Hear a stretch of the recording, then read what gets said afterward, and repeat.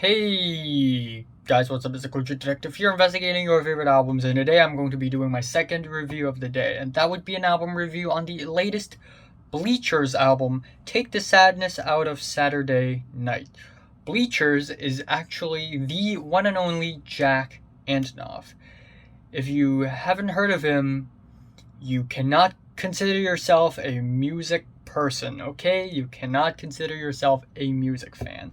Because Jack Antonoff is actually responsible for the production for tons of very popular albums by artists all the way from Taylor Swift to Clairo to Lana Del Rey to Lorde. Jack Antonoff has been behind all these projects the whole time. He shows up everywhere, he shows up anywhere in the American music industry, and once in a while he comes out with his solo stuff, and 2021 is this occasion. He released his next solo album, Take the Sadness Out of Saturday Night, with a very 70s looking album cover, which actually looks really cool.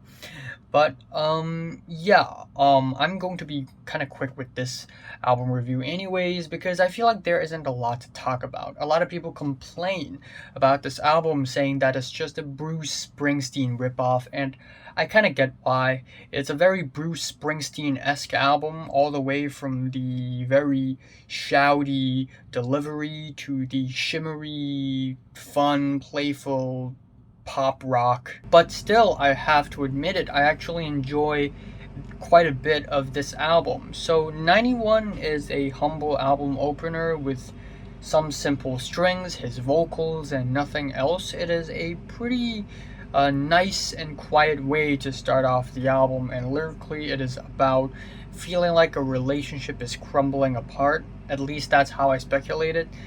And it's not really all that special, but there's that. Anyways, the next track, Chinatown, unironically features Bruce Springsteen, and it is a reverby pop rock song with starstruck synths, fun, playful guitars, pretty much the kind of Springsteen track you would hear Springsteen on. And Springsteen unsurprisingly fits onto this track like a glove. He sounds amazing when he was duetting with Jack Antonoff on this track.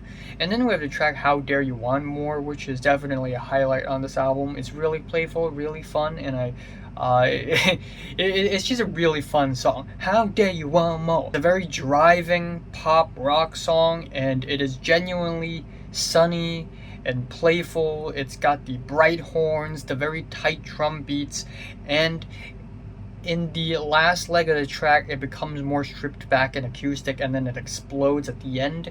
And overall, it is not a bad song at all. I actually enjoy it.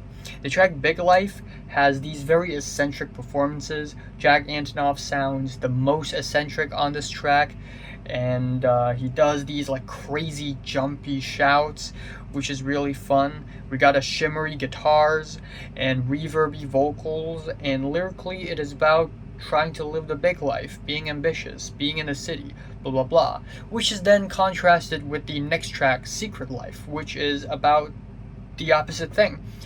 Not wanting a big life, wanting a secret life, wanting to lay low and live quietly. And the track actually features none other than Lana Del Rey, and she sounds fine on this track. And overall, it is a slow-paced ballad that just kind of drags on. It just doesn't have much in terms of change or progression, and it just exists like that.